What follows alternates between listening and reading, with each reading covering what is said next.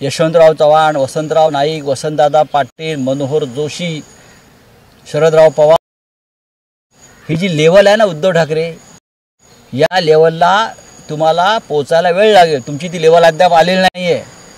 मुख्यमंत्री पदावर बसले म्हणजे लेवल नसते. ते टोलजंगपणा आपल्याला कामातून मिळवावा लागतो. गृह खातंचा अक्षरशः कबाडा आणि कचरा झालेला आहे. तिथे बसून नुसते इशारे देतात, मी हे करीन, मी ते करीन, मी ते. विरोधी पक्षाच्या संदर्भात तक्रार गेली का लगेच पोलिसांना आदेश जातो, स्वतः गावाच्या लेवलला. असं गृह खातं चालतं का?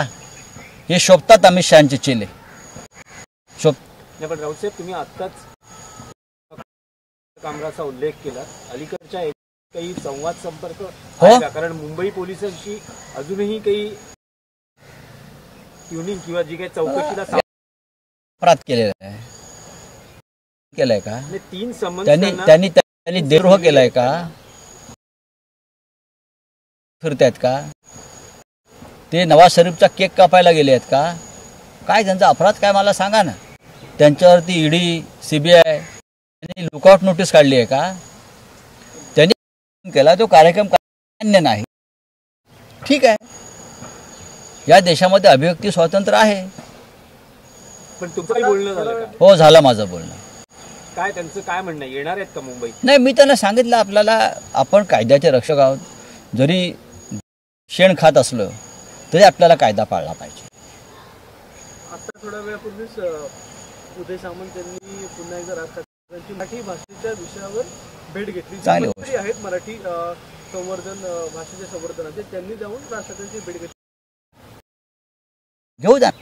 मी बोललो त्यांच्याकडे एक शिवाजी पार्कला कॅफे उघडलेला आहे. चहा पाण्याचे कार्यक्रम, पान सुपारीचे कार्यक्रम होतात आणि वेगळ्या विषयांवर, कधी मराठीच्या विषयावर होतात, कधी अजून होतात.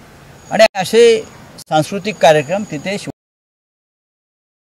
आता तिकडलं मराठी पण त्या भागातलं नष्ट होईल. नाही, पण राऊतसाहेब, एकनाथ शिंदेचे दूत म्हणून उदय सामंत कोणाचे दूत असू शकते? ही सुरू आहे आणि कदाचित पुढच्या काळात बघा, नाव मराठी भाषेचं असतं, पडद्यामागे काय चालतं याची इत्यंभूत माहिती आमच्या